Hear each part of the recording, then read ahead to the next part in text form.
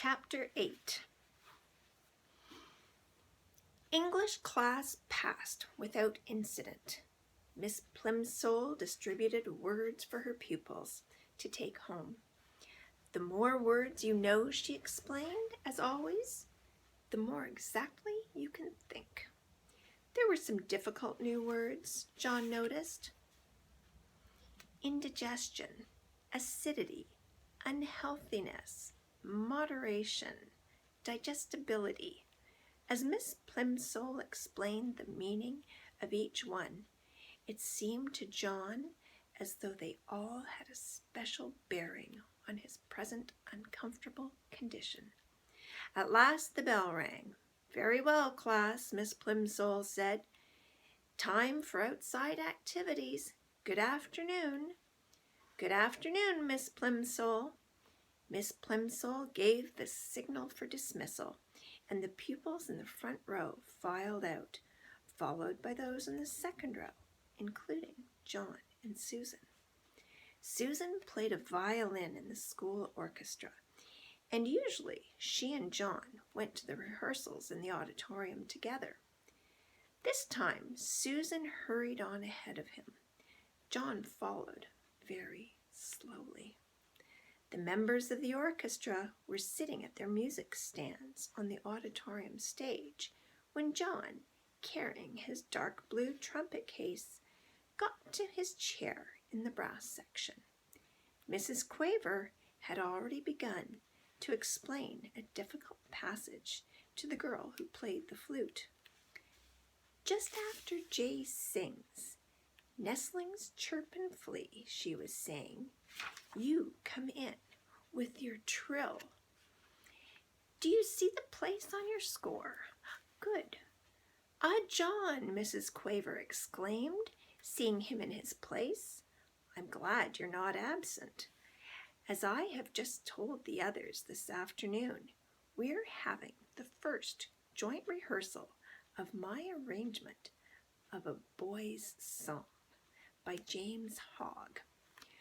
We've been over all of the individual parts and all the sections, as you will recall. Now it's time to put the pieces together." John nervously opened his trumpet case and took his shining golden trumpet from its bed of scarlet velvet. The beautiful new instrument gave him confidence.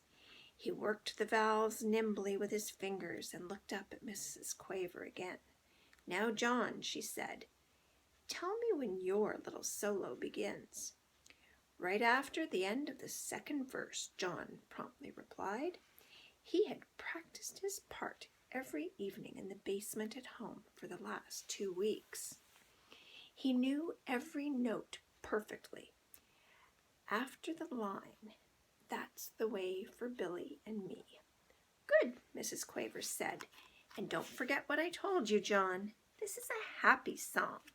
I want you to play, simply repeating the rhythm of the voice. And I want you to be light and lively. This is supposed to be the song of a boy who loves romping in the country." John thought, that shouldn't be too difficult, even with the whole orchestra listening to him. He had played it over and over again at home, but he would have to try extra hard here. This was to be his first solo. Everyone else was depending on him to play it properly. "Right," said Mrs. Quaver brightly. With her baton, she rapped twice sharply on the music stand before her. All the musicians brought their instruments into playing position. Susan poised her bow over the strings of her violin. John held his trumpet close to his mouth and wiggled his fingers on the valves.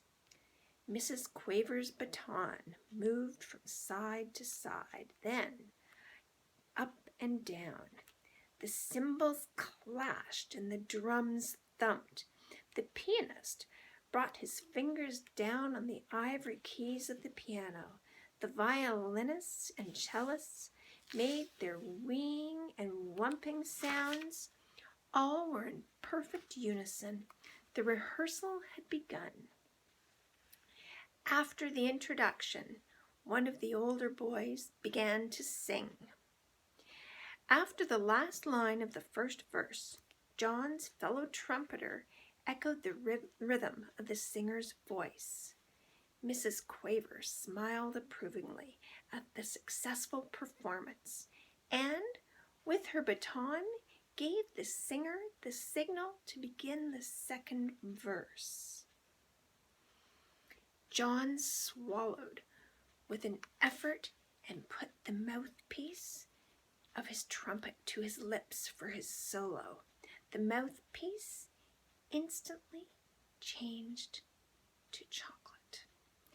Then, almost as fast, the chocolate spread along the instrument, changing all the flashing gold into dull brown. The first note came out fairly true, but chocolate trumpets cannot withstand much pressure. The hole in the mouthpiece softened and clogged up, and the valves stuck as John desperately tried to finish his part. Mrs. Quaver's eyes almost popped out of her head as she listened to him play. It sounded as though John were trying to play a soap-filled bubble pipe. Terribly flustered, he put down his trumpet. Mrs. Quaver was speechless. The orchestra was rocked by uproarious laughter. The other trumpeter leaned over towards John's chair and picked up the trumpet. "It's a chocolate trumpet!" he shouted. No wonder it sounded like that. John Midas was trying to play a chocolate... John didn't wait to hear any more. He fled from the stage and out to the playground without stopping even to look around. He ran through the stone gateway and homeward.